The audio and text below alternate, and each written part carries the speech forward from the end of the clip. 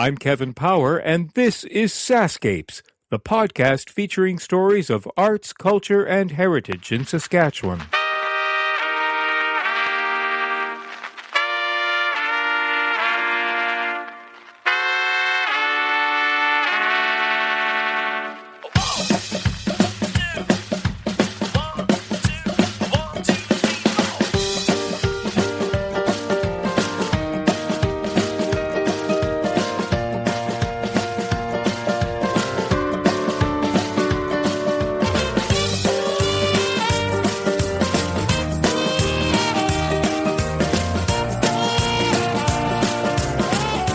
Welcome to episode 75 of SaskScapes, which marks our third season of conversations and storytelling in Saskatchewan. It's great to be back.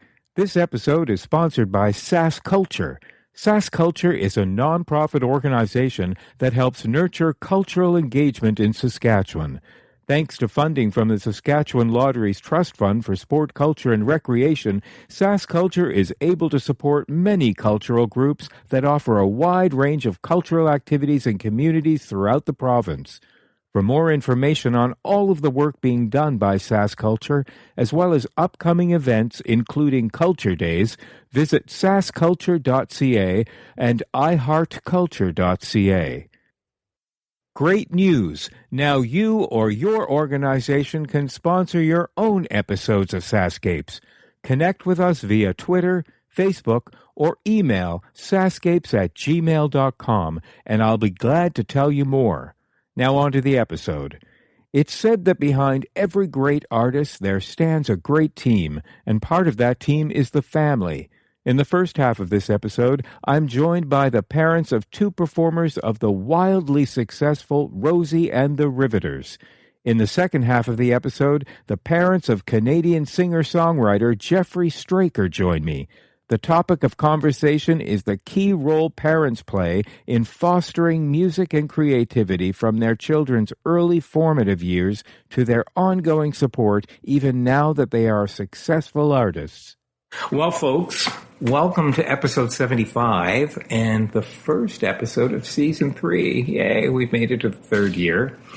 And kicking off this episode, I have 5, including myself, people around a table. And we're going to talk about the importance of families in supporting the arts with their children. So I have with me Byron Olson and Sandy Normand, who are the parents of Faraday Olson and Alexis Normand, who are two of the singers of the fabulous Rosie and the Riveters, one of my favorite Saskatchewan bands.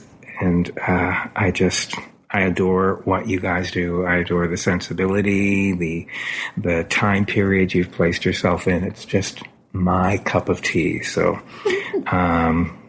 it's exciting to finally meet two of you. And so I want to talk to Byron and Sandy about, well, first of all, Byron, I want to know about your background growing up. Were you particularly exposed to one discipline in the arts? What are your early memories? Well, I did lots of building of gadgets and things when I was a kid. So I was a typical little geek kind of a kid. I made a guitar amplifier when I was 11. So I had friends that lived close to me that had a band. So I got to watch them play, and so that's how I got my interest in guitar. So right. And did your parents, were they musical at all or involved? Yeah, my dad played mandolin. Mandolin. Yeah. Right. And fiddle. Okay. And when he grew up, sort of in they call it the homestead, which is close to Maiden, in Saskatchewan. And his 3 brothers also played. Okay. So they'd go to country dances and they'd listen to songs, and they'd go home and they'd remember them, and then they would learn them. They had good ear training. Right. Yeah. Right. And Sandy, what about you? What are your early memories of your childhood and music or any of the disciplines of the arts? I grew up on a farm in rural Saskatchewan, and music was in the form of a record player and the very long stereo that was part of a piece of furniture. Right. Those big components. With the tubes on the back. Yeah. But what we did have were all of these kitchen dances. A lot of polkas went on, especially to celebrate finishing harvest. Mm-hmm. It's amazing. I just had this memory because when you were asking that question, I was like, oh my gosh, what am I going to say? I don't play any musical instruments. I remember begging for a piano, but my father had said, look in this living room. Do you see where we could possibly put a piano? And besides, the TV is here. And that was the end of that discussion. Okay, right. Yes. So music for me was all about the records, I guess, and listening to eras of music that didn't necessarily appeal to me, but that's all that was there. Right. I remember rejoicing in getting my very own radio that I could, retreat in my bedroom and listen to what I wanted to listen to. And what was that? Back in those days? Oh, my God. Probably like Neil Diamond, or I remember I fell in love with Meatloaf for a while. Okay. We all have that moment. My very first record that I was ever given as a gift was the Meatloaf record. Can you believe it? Anyway. Right. Next question. But it's great that you have an association of harvest with music. Yes. Yeah, there was that. Or the wintertime, too, right? Mm-hmm. Winters are long. And we lived a couple hours from my dad's circle of influence. Mm-hmm. And so when the company came, we had a great big kitchen. So the furniture was all spread apart. And we would have these kind of hoedown dances with the record player. And it would be skipping because we were, jumping so hard and all that. But that was sort of the more formal part of music recognition, I guess, for me as a child. So I'll throw this out to both of you. When your daughters, Faraday and Alexis, came into your lives, can you remember the earliest or some of the early days where they started to display real talents and inclinations for creativity? Well, I remember when Faraday was 3 months old, and she was sort of making sounds, and I realized that she was making a minor third, an interval of a minor third, and I thought, wow. Wow, likely she didn't know that. Okay. I don't know it now. No, Sandy, you've got to top that with Alexis hitting a tritone. Can you remember early days? Yeah, I do actually. Well, she wasn't 3 months. She was standing and on the verge of walking, but she would grip her toes into the carpet, and if there was any kind of music on, it was perfectly moved to the beat, and she would just never ever let that go. Mm-hmm. Yeah. Right. So when did they both start talking to you about wanting to, or thinking about what it would be like to make music a career in their lives? Or was that conversation ever had? I don't think we had that conversation. I had lots of musicians in the house. Mm-hmm. So if you think of music as just a language. So in some houses, people speak German, people speak Cree, whatever. And in our house, there was rehearsals going on. So Faraday was used to hearing that. So she absorbed a lot just by having other musicians in the house. Right. There were at least 3 female musicians in my house, Susan Bond, Jane Graham, and Wilma Groner. Mm-hmm. And so when Faraday was about, I'm not sure, maybe 11 or 13, in that range, Faraday was singing a song, and she was asking, should she sing it this way or this way? And when she sang it one way, all of a sudden, I heard a perfect slice of Wilma Groner's voice. And I thought, wow, that's just, she's absorbed that, just from hearing it, and having the experience firsthand. So, out of curiosity, how did you have all those musicians in your house? Because I'm a musician, and so I've worked with different people. But they weren't staying there. No. They were just around a lot. Yeah. Okay. Or you produced some of their albums and recording them, or he was playing guitar with them, so they were practicing in the house. I mean, there's just kind of like... Yeah. Okay. A variety of things. Yeah. Okay. And And Sandy, can you remember, or was that conversation ever had in early days about, gee, can people make a living doing this? I don't think we've had that conversation. One I avoid. 61. Yes, we'll get on to that shortly enough. You didn't have, but in the junior high school range, once Alexis was up and walking for a few years, had a few years of those under her belt, was she very involved in music in school?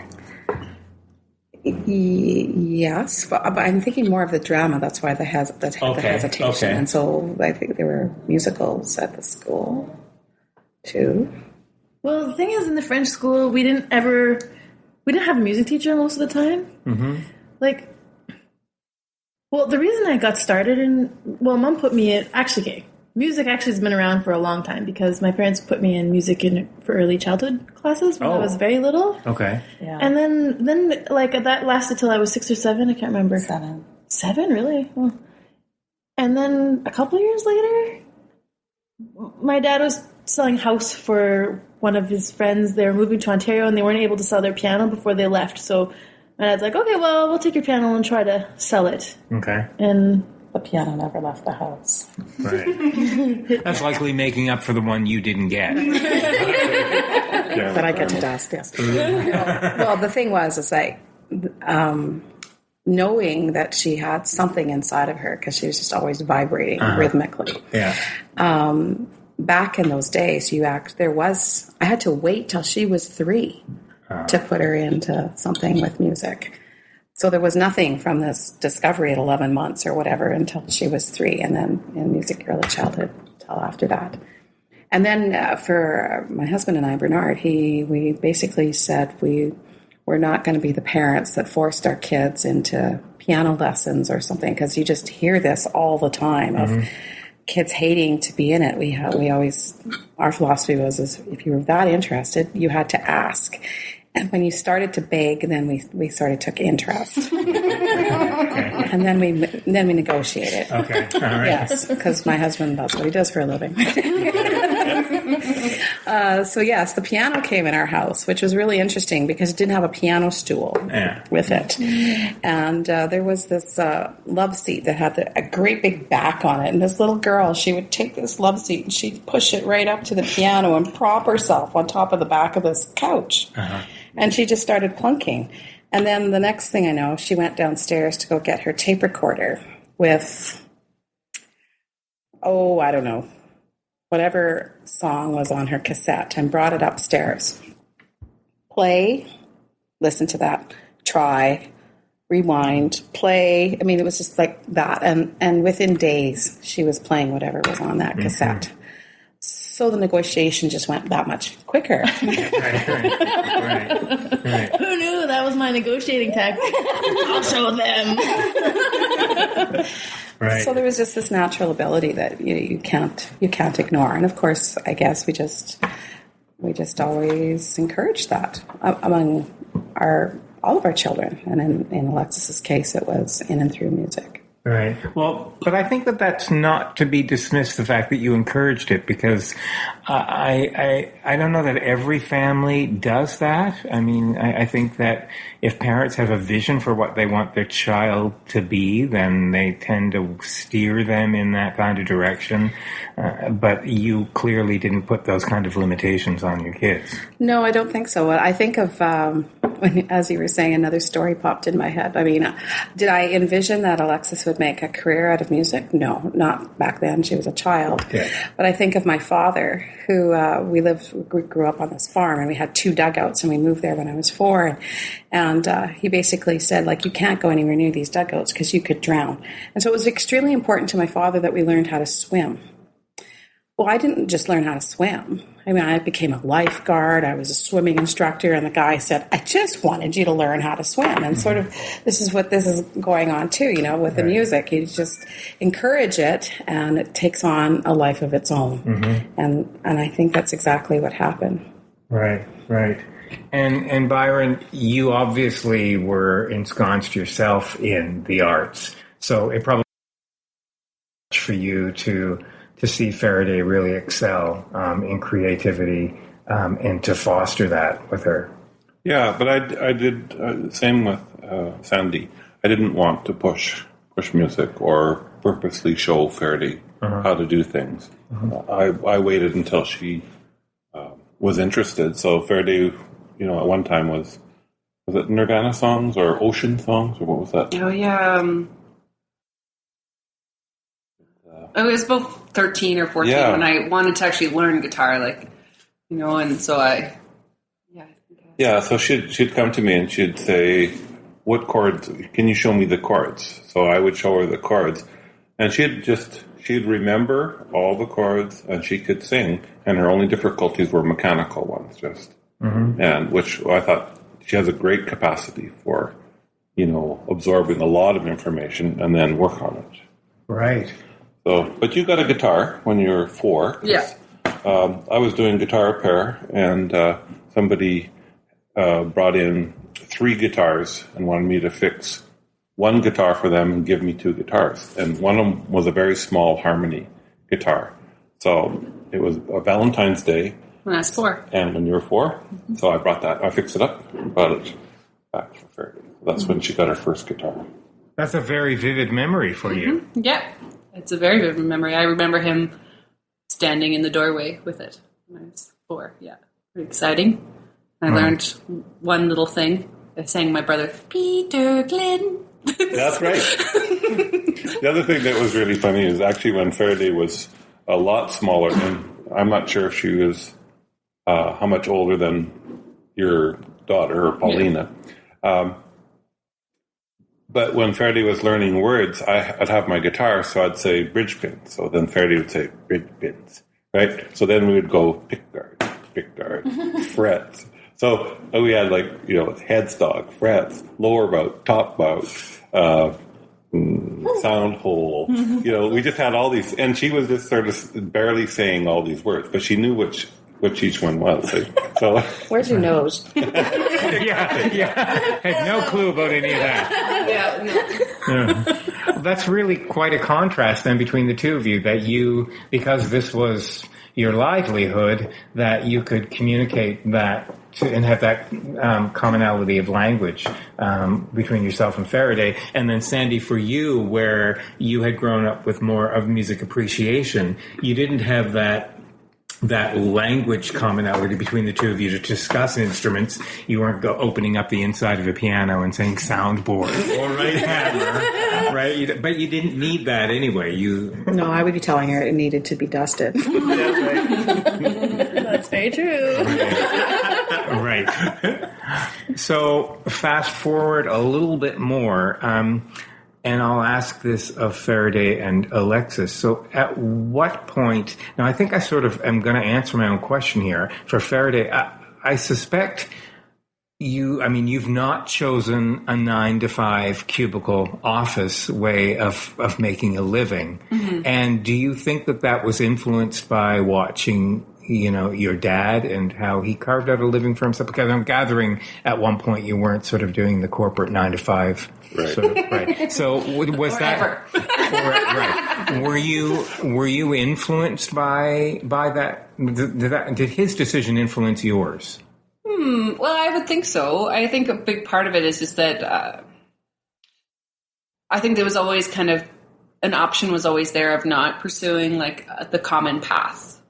And so I always wanted to be a musician, so it just seemed natural to keep going in it. And then, I tried 9-to-5, but it didn't really fit me. I'm too fabulous to work for someone else. Right. And I'm glad you're agreeing. No. Listen, you're talking to someone who I could not even imagine. What about for you, Alexis? Did you come to, that was the ringtone my mom had. And then she couldn't hear it in the mall, so we changed it to something really annoying. Alexis, Well, in your mind, can you remember when you started to think, what do I want to do? There's that question every parent asks their kid, what do you want to do when you grow up? What do you want to do for a living?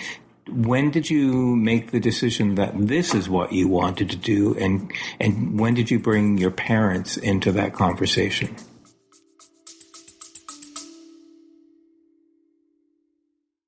Hey, it's Kevin. I hope you're enjoying the episode so far. Just a quick reminder that the SaskScapes podcast is available for free on your favorite podcast app, or you can stream it from your browser. Check out the show notes for the link. On the SaskScapes homepage, you'll notice something new under the logo called SaskScapes Plus. You can't miss it. There's a big button saying support with a heart icon next to it. I'd love it if you could click on that button and help keep this podcast series going. When SaskScapes launched in May 2014, it was the first podcast in the province celebrating arts, culture, and heritage. In fact, you'd have been pretty hard-pressed to find any Saskatchewan podcasts. So I'd like to think that we paved the way. It's been because of your support that this podcast is now in its 9th year. Okay, that's it. Enjoy the rest of the episode. Yeah, we didn't have a conversation about it. I think it kind of happened naturally over time. Okay. I just always loved music, and I kept doing things that were musical. And when I graduated from high school, I decided to go to university for music, to be a music teacher, mostly because I couldn't think of another program that I possibly wanted to do more. I didn't put too much thought into it. I'm like, music sounds good. Let's do that for now. Okay. I don't know. I think my parents kind of always saw it coming. I feel like maybe she doesn't admit it, but because the gift I got when I graduated high school was my first guitar. Before that, I always borrowed guitars from just terrible sounding guitars wherever I could find them. So it was my first one. That was the gift I've sent to Ottawa and university, and most kids have computers, and I had a guitar. And then from university, I discovered this singer-songwriting school, and that I think kind of opened my eyes to the possibility of what a career would look like, because I had never seen it in my life. I don't think we know anyone who works in the arts. No, I don't think I know anybody who's modeled that lifestyle for me. And until I went to that school, and I was like, oh, this is what it's all about. Okay. And even when I came home, I started teaching. I was a teacher for a year, part-time. I was teaching music and French at the Francophone school in Saskatoon. And then, and at the same time, I was starting my own career. And I think if there was a decision, it was when I decided to quit my teaching job and be like, all right, well, I don't know what this road is looking like at all. I kind of know what the components are, and I think I'm an okay grant writer. Let's give this a try. Was that a tough decision for you? Well. Oh, Sandy's nodding emphatically yes. I guess. But I think it's like any other decision I would, I kind of waited and waited and waited until it was obvious. And in the meantime, I was like, I don't know what to do. I don't know what to do. But I think I've become better at listening to what my heart is really saying. That's a big leap of faith to make. Yeah. To get out of something safe. But I was also kind of cornered into saying it out loud at one point. My principal that I was working with sat me down in his office. He says, listen, Alexis, I need to know. Because if you're not going to be around next year, we need to start looking for French music teachers because they're really hard to find. What are your plans for next year? And I was like, and then it just sort of came out, I'm quitting. And it was kind of surreal. It was like I was speaking, but I wasn't, it's like I didn't decide to say anything. It just came out. And then I felt so much relief. Sandy, did you feel so much relief? No, I didn't. So, what were you going through during that whole experience? I think our first reaction is she's walked away from a permanent position in the school board. I think that was the shock of that was it was a shock, and it wasn't a negative thing. It was just we had to digest this too. We always encouraged Alexis to go to university. I mean, the writing was a bit on the wall too. We knew that her gifts were in that direction, but we just always hoped that she would have some schooling or some formal education in her back pocket that she could pull out when she would need. And so I remember her convincing us, or having that part of the conversation. I'm not going back, and you're just like, really? It was just like, in this day and age, who turns away from a permanent contract? Yeah. I don't even remember it being that decision. I don't remember thinking at all it was about taking a permanent contract or not. Me, it was more like, do I do music or don't do music? Yeah, and I don't think she even appreciated what a permanent contract really meant. That's what I think what really happened. Probably not. Okay. That's why I made the leap of faith. I didn't know what I was turning down. Yeah. Clearly. Okay. Clearly. Yeah. But I know we've skipped over a little bit, but I think we would be remiss in saying CBC has been very, very good with Alexis in her formative years as a teenager. Specifically Radio Canada. Radio Canada, yes, in terms of the programming and the opportunities that she was able to get involved in, and they have embraced her and taken very good care of her over the years. Mm-hmm. And I think that formation, that opportunity that Alexis was involved in for a number of years and still is with Radio Canada, that made Bernard and I feel very much at ease. And as much as the shock was of walking away from a permanent contract, that's what grounded us, was her experience with Radio Canada, in knowing that they saw something in her, other people saw something in her. We were constantly being people coming to us as parents once they knew who we were, because blonde and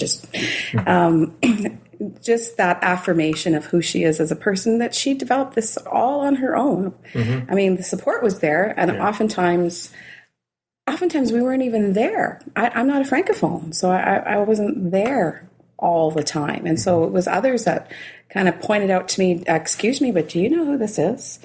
And so, sitting up taller and taking a better look. So I really, really do want to say thank you for that to Radio Canada to this day. Faraday, your situation is very different because you live dual lives. There are two sides to Faraday. There's your online marketing, Faraday, and then there's your musical career, which actually makes quite a lot of sense to me, because I think that there's a part of your sensibility that fills a gap that a lot of musicians don't really have, which is a good business savvy. So I expect that's, and Byron points to himself in that regard. So that must help you, and have been of assistance to you. Yeah, absolutely. I think that was a big part of my artistic experience, was that I realized that my dad was brilliant, but he didn't have the kind of business sense that I thought to make it the real career that I thought, because I like money, I like making money, and I'm very fabulous, like I said. So I wanted to. So at a very young age, I became really obsessed with the music business side of music, and then as I kept going, I realized that probably people would pay me more for the marketing and the music business side of things. And so I kind of started this side business to support my music career. And that's kind of what helps me pay the bills, and also express actually a side of myself that's very creative, which is business. Hugely. You're a brand. Exactly. It's very clear what you do. Yeah. And I have a lot of fun with it, and I write stupid ukulele songs, cute business songs about on the ukulele, firing clients, and so I have a lot. I know the firing client one's fabulous. Thank you. Yeah. So, and that's how I it's kind of an expression of of my love of business and music, and kind of putting them together. Right. But actually, Dad does have a really good business sense, just different business sense. Right. Have you learned from Faraday? Oh, yeah. I'm actually kind of always watching or trying to think, okay, I've got to learn this stuff too. What part of Alexis's career so far has taught you things, Andy, if anything? Well, I attend way more different kinds of concerts than I ever dreamed possible. I mean, children bring you to worlds and openings and opportunities that you would never think. We have 4 children, so I have one that deals with clouds and cloud forms, 2 blocks down from heaven. we're exposed to all kinds of things. But for Alexis, I guess she's kind of eclectic too in her likes, and so she shares that with us, and I'm always very appreciative of it, and it carries through in her whole being. We spent a whole day going through antique shops. It wasn't something that I've done recently, and just showing the elements of different things. Art was another thing, because of course she took a lot about art or about different expressions of music, and she would tie it into art. And yeah, I think there's no shortage of the gifts that your kids bring to you. Alexis taught you that there's life beyond a Meatloaf album. Yes, she did. But it didn't take Alexis to tell me that. Do you have any Meatloaf in your collection? No, I don't. Actually, I don't think you've ever played Meatloaf. Like, we listened to a lot of music growing up. My dad was a DJ. I don't remember Meatloaf. I remember Meatloaf from my cousin Rochelle, who had this CD of Meatloaf. But she invited me over to the cabin, because we have cabins close to each other at the lake, and we want to come for Meatloaf. I'm like, what is this? Then she pops on a CD. I'm like, what is this? What is this music? Your dad was a DJ? Yeah, he was. Well, in ways that I didn't have models of people in an artistic life in my life, my dad, I've had entrepreneurs, lots of entrepreneurs. Like, my dad comes from a lineage of entrepreneurship. His great-great-grandfather was an architect, and, I think I'm the 5th generation of entrepreneurs. So my dad, when we were young, like, he was a real estate agent, but he had all these other side businesses on the go, including doing DJing on weekends. And I remember sometimes sitting in the car, Mom would bring him a sandwich or something, or he'd set up all his gear in the living room, making his cassette tapes and like really fast rewinders, and I'd be helping him pick songs, and it was fun. How long did he do that for? Way too long. And then Sandy and Bernard also did some dancing on the side in competitions. Yeah, that's right. We always hear that. That's a great story. You did square dancing? Ballroom dancing. Ballroom dancing. Did you really? No, I'm laughing because I did a whole square dancing group. They're huge, yeah. Yes. Yeah, and they're doing it on horses now. What? I know there's this whole equestrian square dancing thing that's happening. Of course. Well, that's something we got to get into on our next record. A video, No, that music one's for video. Jeffrey Straight. Let's give it to him. Ballroom dancing. Ballroom dancing, jiving. Yeah, That's we great. do a lot of that. Yeah, we used to Bernard did some schooling out east, improving his French, and they would take in all these clubs and then go into these competitions, and that was his way of earning money while he was out there. Here in Saskatoon, we did do a lot of dancing, and we too would enter into these competitions. I remember one. It was in the wintertime, and CKOM was offering $650 as the prize. And long story short, we did win that. We had costumes, and we won for the dancing and all that. And we were so thankful because we had like about $47 left in our bank account. So it was really appreciated. But anyway, yeah, we had That's cool. I mean, we've always had music in our family. That's always it's always been there. Maybe because the absence in my growing up years, but to this day, I still don't play an instrument. I can't really read music. I just sing. That's okay. Not everything is in the notes. Yes.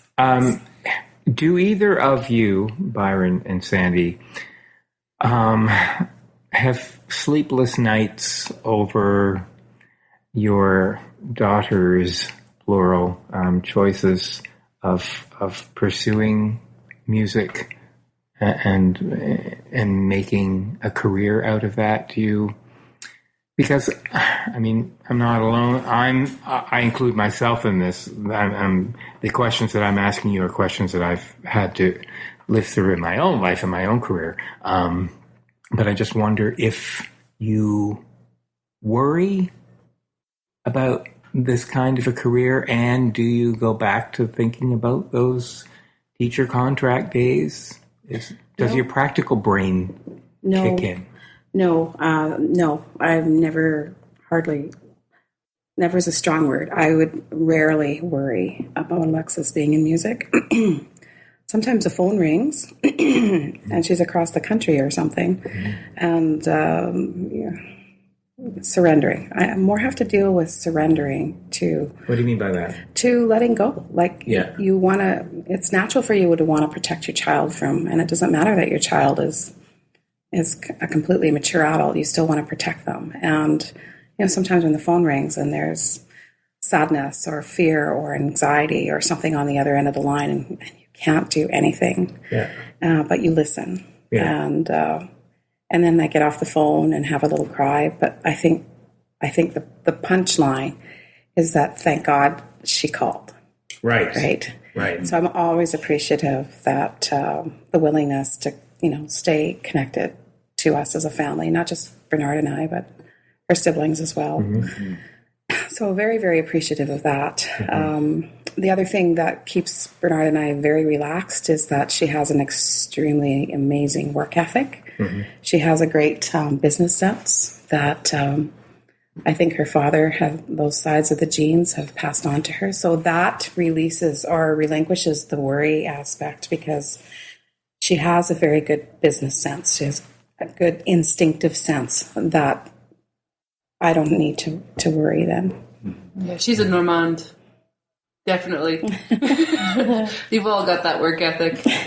I don't worry about the business side of it. What I worry about is some of the traveling. Because if you play a gig late at night and you drive home and the road conditions are bad, then that's always a danger. Yeah. So that's about the only part that I worry about is just the actual life. Right.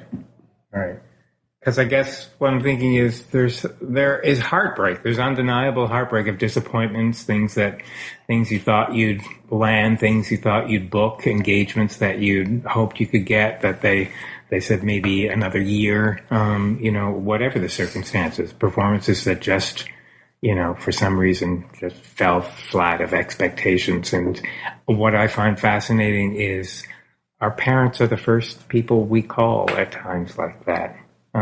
It's always, you're our first point of reference in trying to get back on track. You're a compass, really, for that. And would you say that's true, Faraday?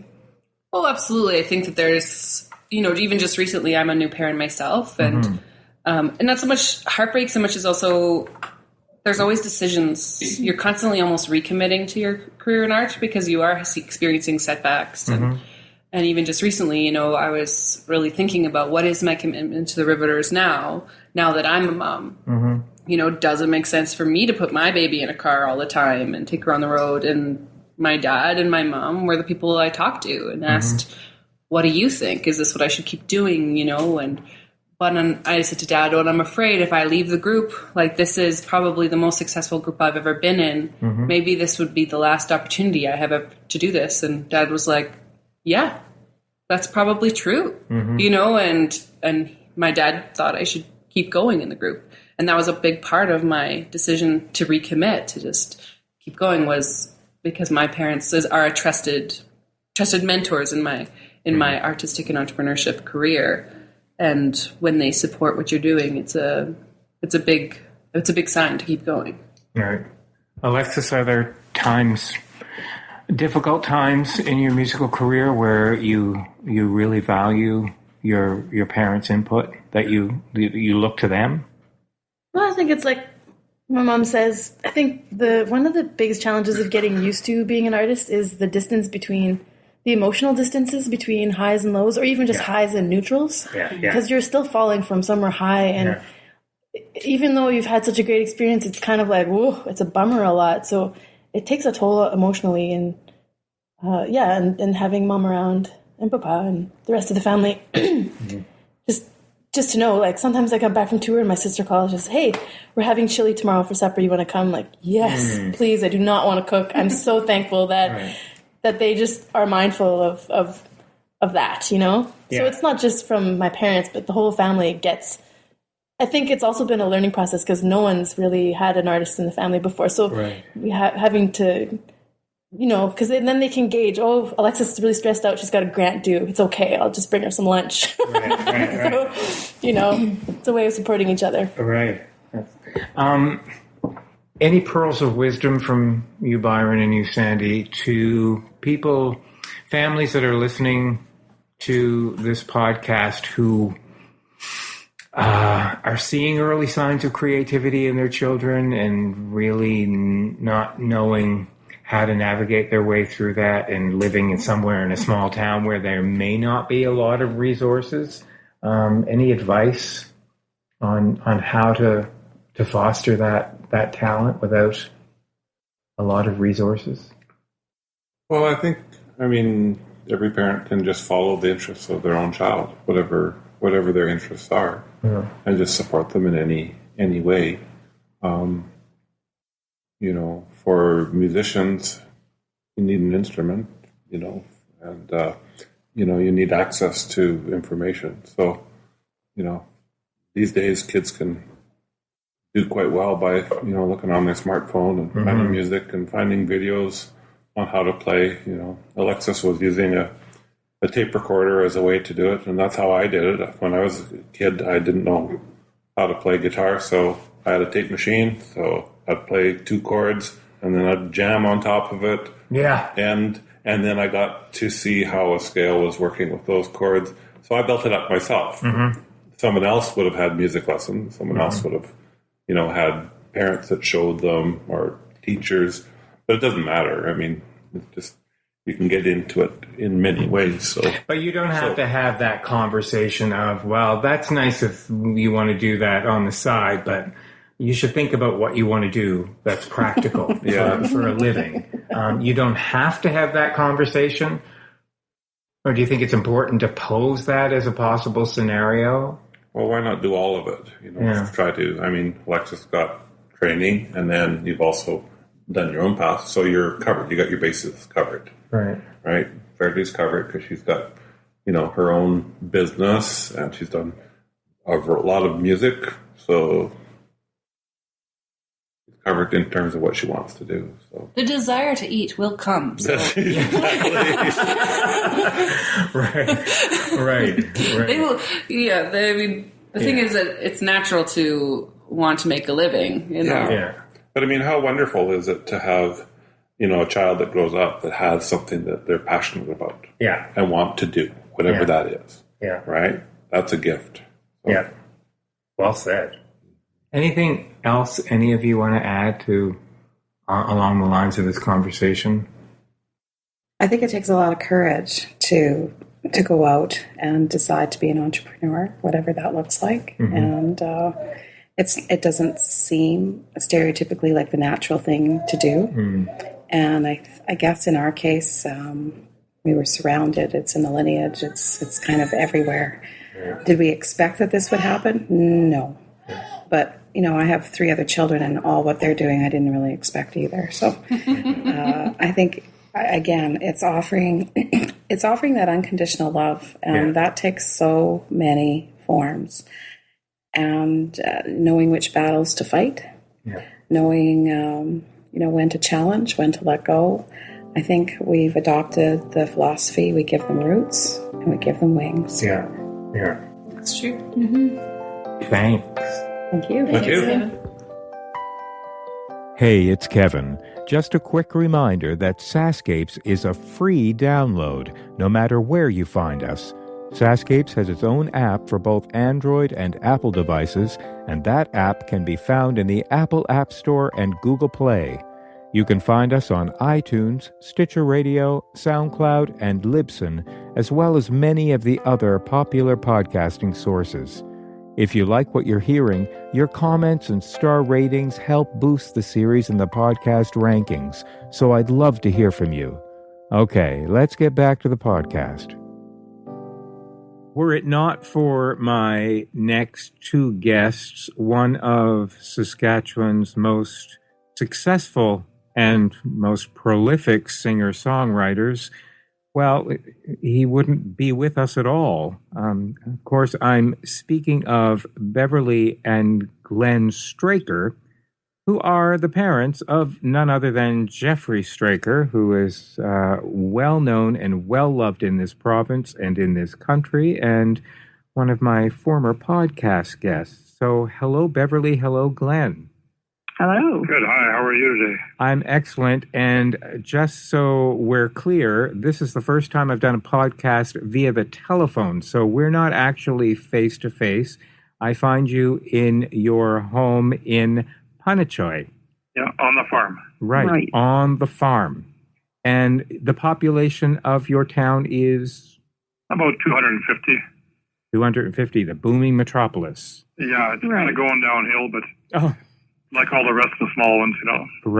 Right.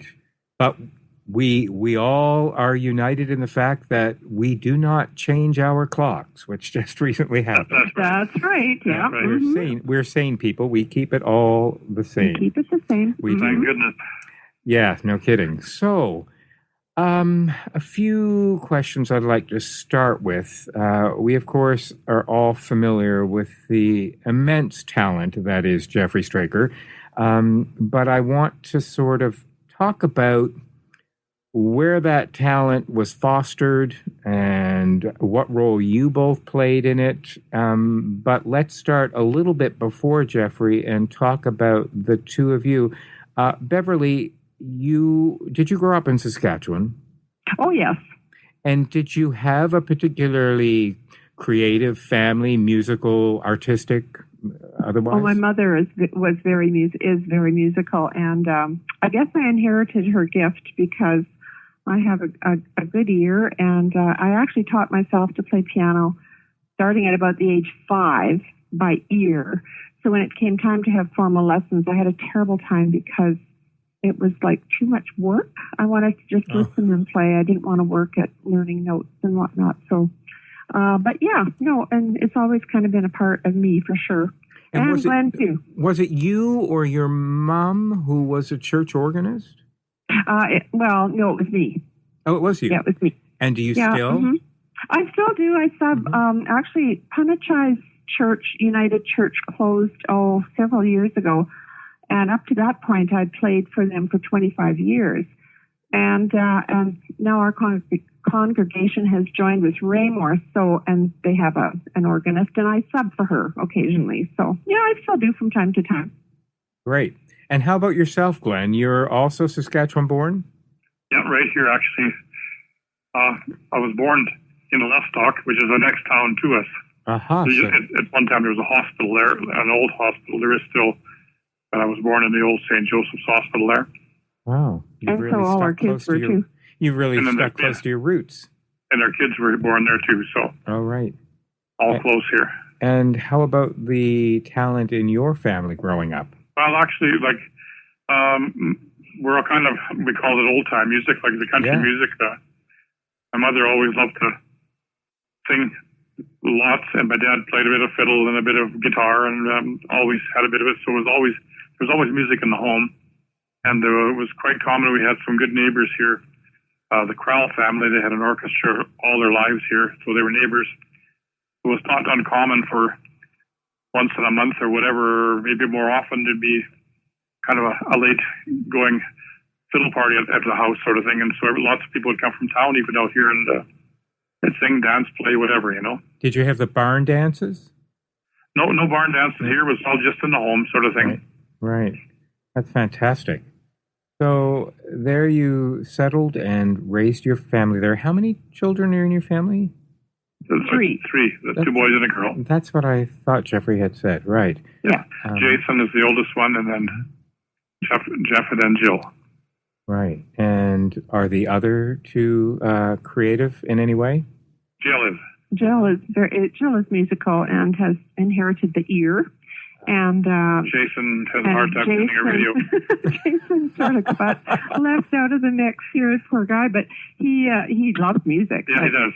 He has his own taste, sort of thing, and which is perfectly fine. And when we had our sessions downstairs with our neighbors and friends and whatever, and he was kind of the sound guy. He'd always be, arranging or, checking out the amps or whatever. Anyway. Yeah, so he was always involved. But as far as playing anything, no. He did take piano lessons for a little bit, but oh boy, he sure didn't like it.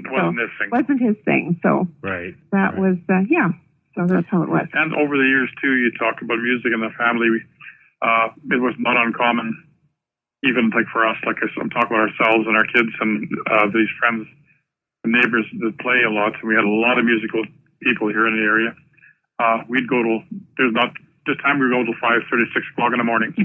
We just play all night. No kidding. Oh no, I'm serious. Yeah, and sometimes there would be 3 or 4 fiddlers, and one of our friends played the accordion, and there were a couple of guitars, and then I played the keyboards and whatever. I'm a 5-string banjo. And they just keep going. And I remember one time we played for about 8 hours, and we did not repeat a tune. Now go figure that one. Because somebody always knew something else, and everybody had good ear, and they would pick it up, and away we go. It's so much fun. And the kids were around this, so they just picked it up by osmosis, right? Oh yes, That's fantastic. Now, right in the middle of it. Before I continue, I don't want to miss this opportunity to jump back over to you, Glenn, for a moment, because I do consider this to be a rather creative and unique talent and outlet. When Jeffrey told me that you called auctions, I was just totally smitten and fascinated by that. Yeah. I went over to Alberta, to Lacombe, actually went to auction school. I decided we were living in Hodgeville. We had a hotel, and there was a time when we sold out, and I wanted to do something, so I went to auction school and tried it, and it turned out to be very good for me.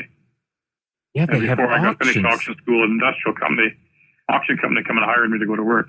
Well, I had no idea there were auction schools. Yes, Lacombe, Alberta is one here. Most of the time people would go across the line to the States, but no, there was one in Lacombe, and that's where I went. And then you get your official papers at the end of it? Oh, yeah. I was figuring out today, it was about 37 years ago. Is that right? Yeah.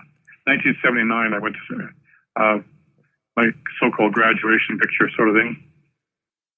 So I would think it would be a particular gift to be able to talk that quickly. Well, could be, I guess. Everybody said I should have been an auctioneer. I talk fast all the time, so right. I don't know. It's something you really have to. You think about it. It's like anything else. If you want to learn it, you'll learn it. Right. It will come to you. But there is a bit of a performance pizzazz about calling auctions, is there not? Oh yeah. And do you still do it? Yeah, I don't anymore. But at one time, like Jeff, some connection in Regina, the food bank had a big art auction, whatever, in Regina. And he asked me to come, so I went to Regina and just did the auction just per se, just for the fun of doing it. So I could do it in a drop if I had to, yeah. But I retired how many years ago, Bev, about we quit? Oh, gosh. It's a few years now. Quite a few. I don't know. Yeah. I don't remember, but about 10 for sure, maybe more. You just kind of get tired of people after a while. There's a limit to it all. Did you say you get tired of people after a while? Yeah, you do. You do. And then another thing, it's like I helped Glenn with the sales and did the books and stuff. And when you're working at a sale all day, it's very fatiguing. And the older we got, the harder it got to do. So finally, it was just kind of I just found it hard on my nerves after a while. Before an auction sale started, I would be so nervous. I'd almost be sick to the stomach even before the sale started. And one old fellow told me one time, I'd tell him an old fellow. I'm an old fellow now, but he told me that that's the way it's supposed to be. So if you're nervous, he said, then you're good and you're getting better and you're worried to do it right. Right. I think that's true. It got worse after, but I could do it at a drop of a hat. If somebody said, come and do it, I could do it for them, sort of thing. Tell me, did you ever see somebody buy something outrageously expensive and then regret it afterwards? Many times. You can't take it back, can you? No. No, you can't. It's buyer beware. Like you're supposed to take a look at it before you buy it, and if there's a problem. But I have it at maybe one or a couple of points in time where somebody bought something. It was an antique, and with antiques, you have to be very honest at any given time. But you have to tell people, like, has it got a chip, or say it's China or whatever, and you should tell them if it's I think a hairline crack or there's somewhere. You should say it's there. Because some people, I had one lady got really angry with me, and I said, well, did you look at it? And she goes, no. Well, I said, well, really, is your fault. But I said, I'll take it back. But I also told her that I wouldn't be taking her bid anymore. And it was over. Wow. So let's talk about Jeffrey a bit. And I throw this open to both of you to answer. Can you recall the earliest of years when Jeffrey started displaying his creative talent? Oh gosh, when he was about 2 or 3. Yeah, really. The musicality was coming out in him quite very obviously when he was very, very small, very young. Right. He could sing, he could carry a tune, he loved dancing and rhythm and, anything to do with music. He just loved it. Right. And was even with skating and hockey, like he could play and he could play very, very good. He was always very strong and fit, but he'd rather be involved, say, in a nice carnival where there was music and showmanship rather than you were there, he'd just shine. That was his. He just loved it. And he was the kind of person where they'd say that you have to tell him to practice lots. No, we had to tell him to get off the piano, leave it alone already. That's how it was. Do you think he preferred hockey more than music? No. Oh no, never. No, he quit. He just music was his thing. He did it because he played hockey because all his friends did. And I think if it wouldn't have been that, he probably would have just skipped it altogether. But he did it, and it was actually good for him to have some exercise and to get out there and be with his friends and stuff. But he was always physically fit. Even to this day, he runs unbelievably every day, like long distances. He just runs and runs. He is a bit of a ever-ready battery bunny. Pretty much, yeah. He's just a spaz. Yeah, he really is. Call him a spaz.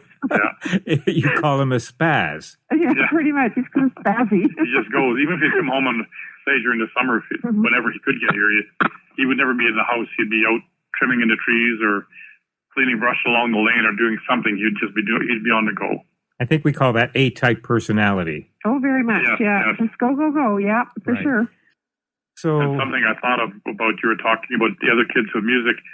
It wasn't uncommon that Jeff would sit and practice, and after he was done, Jill would come from around a corner someplace after he was gone, and she'd sit down to the piano and play the tune. Well, but she could pick up the music really pretty fast. Yeah, she has a very good ear. It was a good ear there, yeah.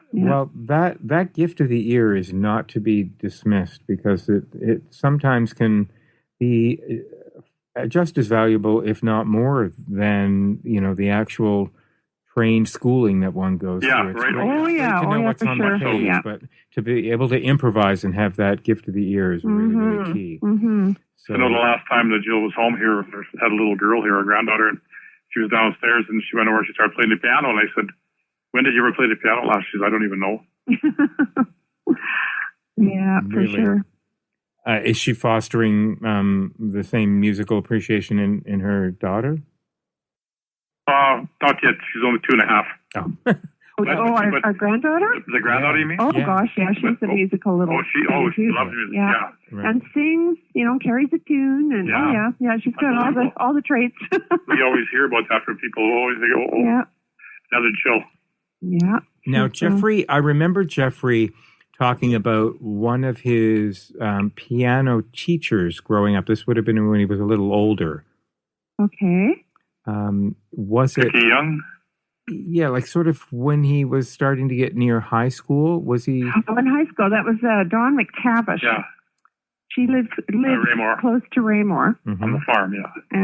And she taught him, I'm thinking I think he took up to say about grade 3. I'm talking about piano with Mrs. Young. And then she sent him off to Mrs. McTavish, who got him through his grade 8 piano. And by that time, he was in about grade 9 in school, I think.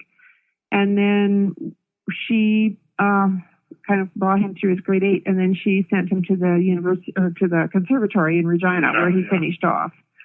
He was there all through high school. He took his lessons in Regina. So were you driving him back and forth to Regina? Yes, we were. We did. Yes, we did. Finally, at one point, he moved in and stayed there.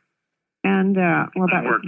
That was when he was done school. Yeah. But we did, and it was it wasn't only for lessons, but in the springtime when recital time came and music festival time came, then it was like sometimes 3-4 days in a row. Yeah. You know, he'd be back and forth, and he not only would be in the Regina Music Festival, he'd be in the Last Mountain one for our area as well. So then, you know, we'd be involved with that. So it was a really big commitment. Yeah, it was, but it was fun. I didn't mind it. We didn't mind 1 minute of it. I didn't like it. Yeah. Yeah. No, it was great. Well, I think it's important to point out that, first of all, the role you both play and parents play in general in doing that legwork for a child, for appreciating their talent so much that you want to see them thrive, is just as important, I think, as, you know, we all are quite familiar with the parents that get up at 5:30 in the morning and go off to the rink with their kids for sports. Exactly. And I think we tend to think of that as being the quintessential kind of commitment to your kids. But music is just as big a deal and just as big a commitment. It is, yeah. Yeah, it is, very much so. Yeah. And your equipment, it can be pretty darn expensive when you're talking about a piano. Yeah, for sure. Yeah. So at what point do you remember, or did you at all have a conversation with Jeffrey about, now, is this something you want to do for a living, or you should be thinking about studying something a little more practical, a little more predictable, a little more safe, and do this as a hobby? No. He was actually, he's always liked music, and we knew it, he loved it. But as we found out in time, when he moved to Toronto, he was working with Procter & Gamble. Yeah. That's when he had finally made his big move to say, yeah, that's what I'm going to do. Now I had my train of thought got sort of lost here. Very sure. It was, I don't know, it might have been, he didn't really talk to us about it, but I think between him and his music teacher that he had in Regina, like when he was in high school, I think between the two of them, they kind of decided that, you know, a classical pianist, classical piano as a career was a pretty small niche there, you know, and did he want to pursue that, or did he, you know, or what? But I remember Frank Crumley, that was who you were talking about. He wasn't happy about it when he found out Jeff was playing other music, though. I remember being at the conservatory one time, and he saw Frank, and Frank kind of looked at us at the time. Jeff was trying to make a small CD, and he was pretty set on his way that it was classical. But Jeff, in the end, said, I found out that it wasn't what it was going to be like. Everybody made it to be such a thing, but there were so many people that would go to these concerts in Regina and play classical. Yeah. It was every kid was the same. And Jeff just loved music, period. Life is too short to not play what you're absolutely enthralled and in love with. Right. Yeah. I think we tend to gravitate toward the classics in music because that's the proper way to study. But at some point, you have to make that decision to think: is this enough? Is this in my blood enough, or is there another genre of music that really sets me afire? But he did not. He did a degree in something very practical. He did, and that was it plant biology.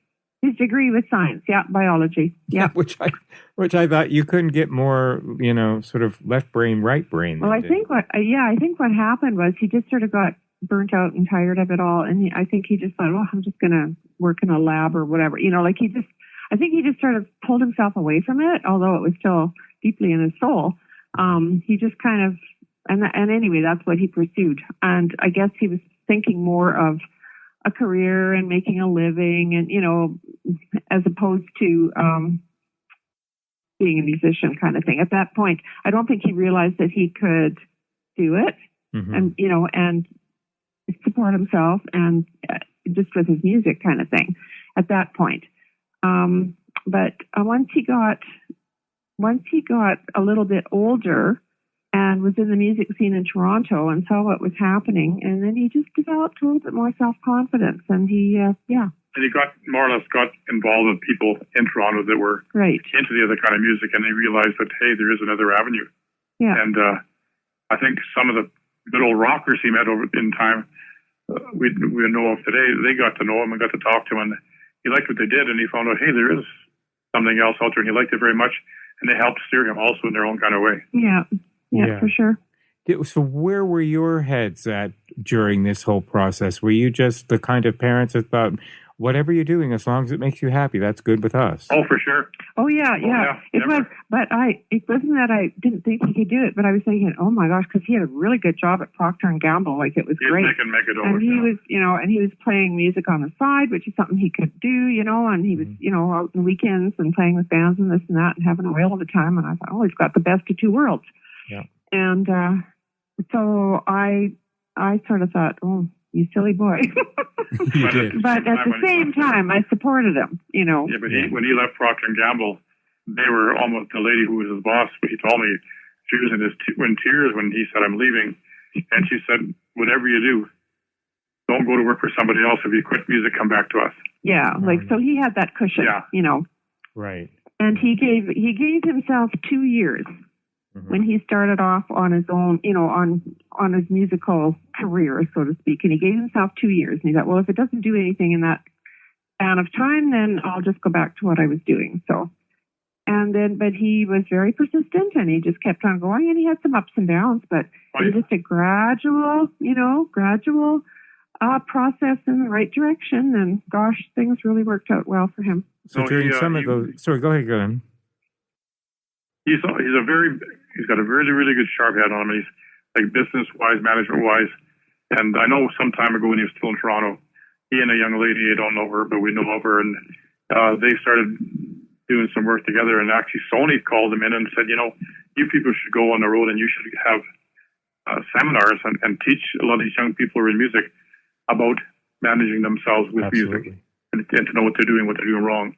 He never did, but they told him. So, just in that context alone, we knew that his head was in the right, place. Well, I suspect that a lot of the business savvy and marketing savvy that he is so very good at came from his time at Procter & Gamble. Yeah, for sure. Oh, yeah. Oh, yeah. Because he was in management there already. He and that too he kind of fell into, because of course his degree was science, and he did and he applied for an internship at Procter and Gamble, I think in his third summer off in university, and just on a whim, just thought, oh well, I need a summer job, maybe this would work, but not really thinking anything would come of it, and be darned, they hired him. And then when the summer was over and he had to go back for his last year, they said, keep us in mind, we'd sure like to have you come back permanently, and that's what he ended up doing. So, because at one point in time when he was in management with them, he would sit in a place. They had a private jet, and he'd fly off to Cincinnati. Next time he'd be in Vancouver at the meetings and that stuff, and that's the life he was leading. He was doing quite well. Now, we laughed a lot when we did the podcast together, but he did joke about, during that 2-year time frame that he gave himself, there was a lot of sleeping on sofas and craft dinner. Oh, yeah. Oh, right. Yeah. So, you guys grew up in a different time where, probably indulging oneself in one's bliss might not have been as common as just kind of getting out there and rolling up your sleeves and working on the farm and doing something, well, darn right practical.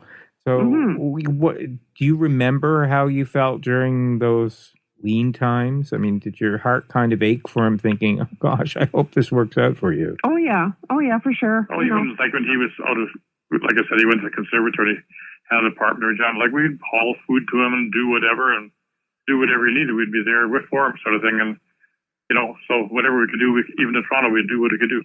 He, like when he first started music full time, like he started back out here in Saskatchewan. And so he came and moved into the basement down here for, I don't know, a couple of months. It wasn't very long. Right. And so that's, that was kind of his first place to kind of hang his hat. And, you just sort of, I don't know.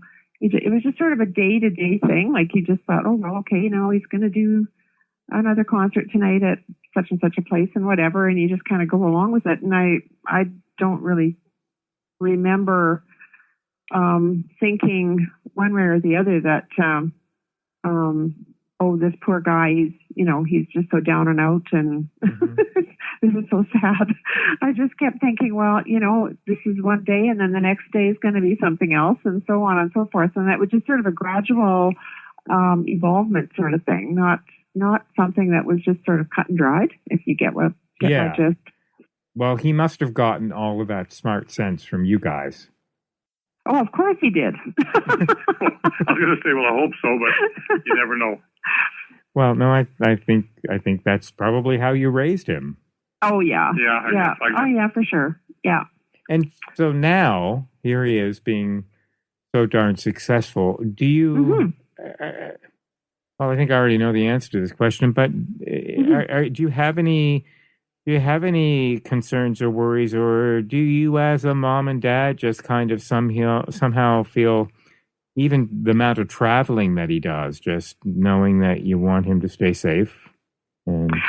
No, it's his life, and he's just he's happy, and he's doing what he wants to do, and he, everything seems to be working out well for him, and if travel is involved in it, well, go to it. And he loves it. It's something he's always loved doing anyway, so I don't think it's that big a deal for him. Only one thing, I think sometimes he drives himself too hard, but I guess nothing we can do about it because he'll only do it himself.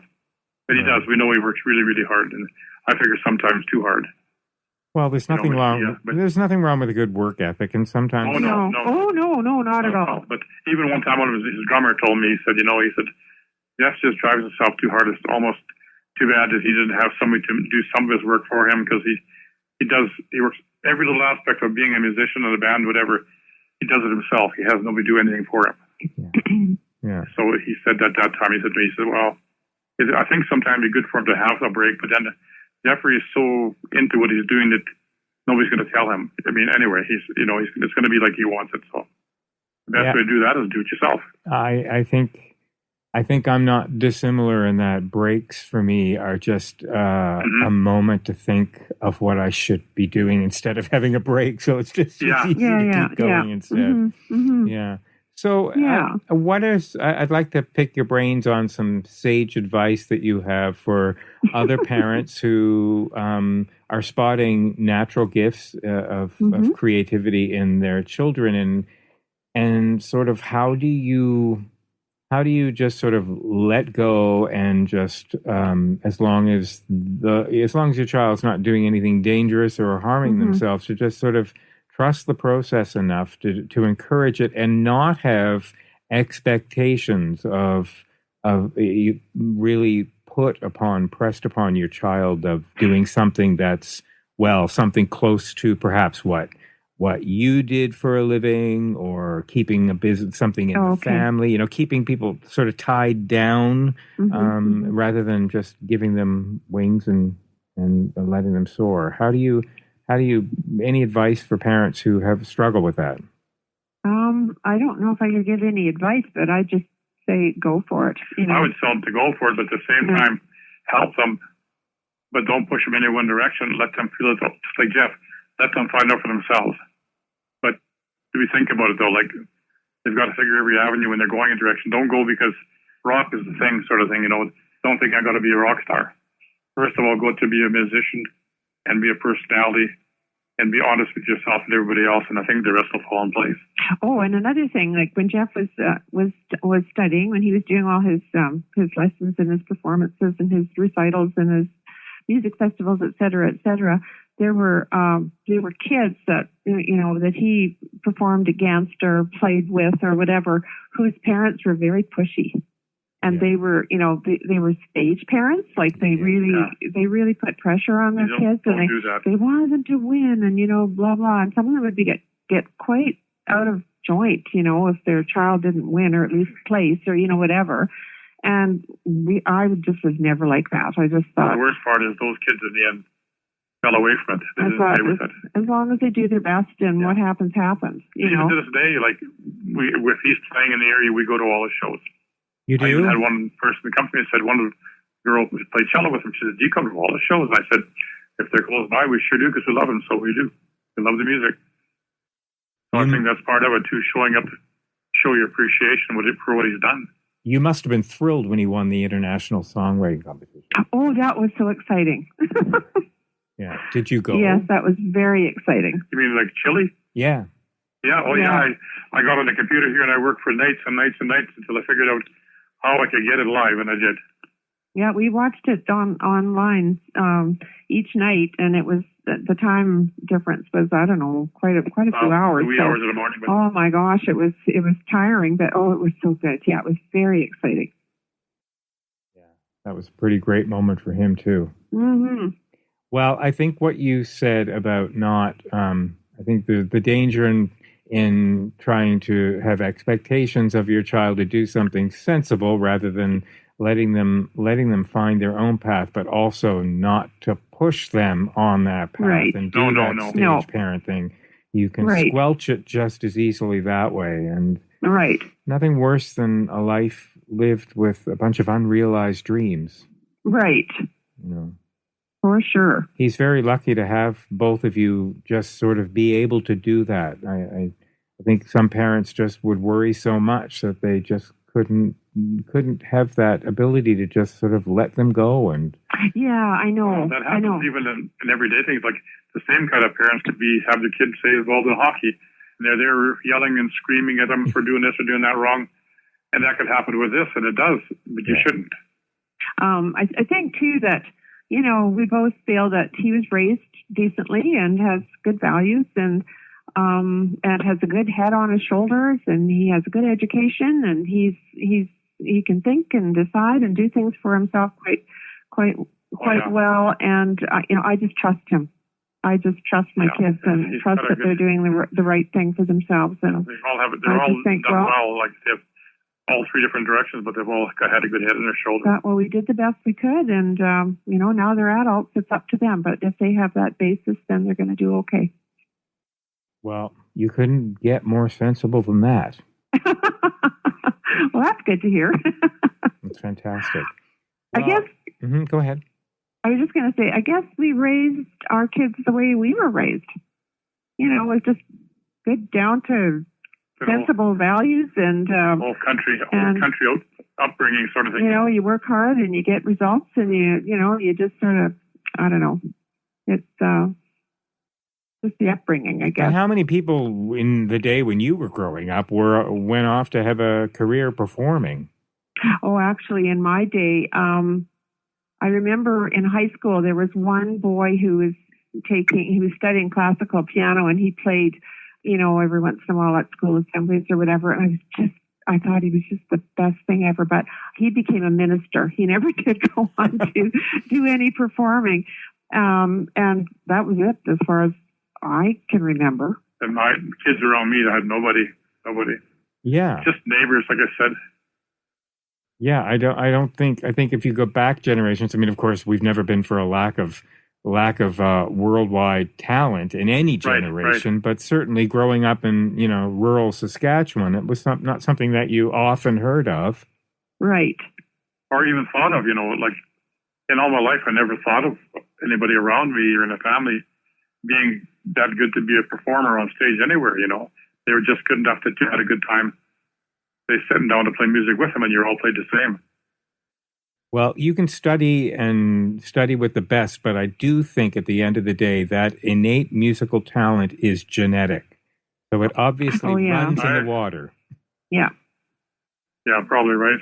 Yeah, but I was going to say something to a fact. You remember that we used to play a lot of music in this house. There's still a piano downstairs, a bass guitar, fiddle, laptop guitar, 5-string banjo, all the stuff still sitting there, like from the days we used to play. Yeah, and that matters hugely. I mean, just taking that stuff in through osmosis, all of that. Mm-hmm. All of that. You're right, exactly, because it becomes sort of part of you. Yeah, no, it does. Well, it's a pleasure talking with both of you. Yeah, you too, very much. And continued success to you both. And thank you. In your retirement. Although, Beverly, I understand you're still teaching. Well, I do off and on. I sub. Right. Yep. So, right. See, and even you, we can't stop. That's right. Yeah, right. That's right. Yeah. Well, I'm sure. And my thing is, I'm not teaching or whatever, but as soon as the water runs, we have a trailer by Nipawin, and our boat is up there, and I just love to fish. Yes, that's my relaxation in life. I am maritime born and bred, so I understand the relaxation. Whereabouts? I grew up in Halifax. Oh, okay. That's good. Yeah, that will always be home. Yeah. Yeah, I imagine. Yeah, so I understand the allure of fishing. Yeah, very much. Right. Yeah, very much. That was something we always did too as a kids. Is when we had the hotel here in town, we had a motorhome, and lots of times Friday evening the motorhome was in the driveway ready to go. Both hooked up, and we always took them out to the lake, and we always went together. When was the last time you went on a fishing trip with Jeffrey? Oh, a long time ago. Yeah, a long time ago. It's time for one of those definitive father-son fishing trips. Oh, it'd be great. It's a rite of passage. The older boy, he loves it too, Right. Yeah. Well, listen, we've all I'd love to see that happen. We've all seen what he can do on water recently. Yeah. Isn't that material fantastic? Yeah. Isn't that amazing? Yeah. Okay, well, pleasure to talk with you both. Thank you so much for sharing your experience. Yeah, you too. We'll maybe talk to you again. Okay, take care. Bye-bye. Bye. Hey, thanks for listening. Music for SaskScapes is provided by Saskatchewan-born singer-songwriter Jeffrey Straker. It's so exciting to see SaskScapes being downloaded by a global audience.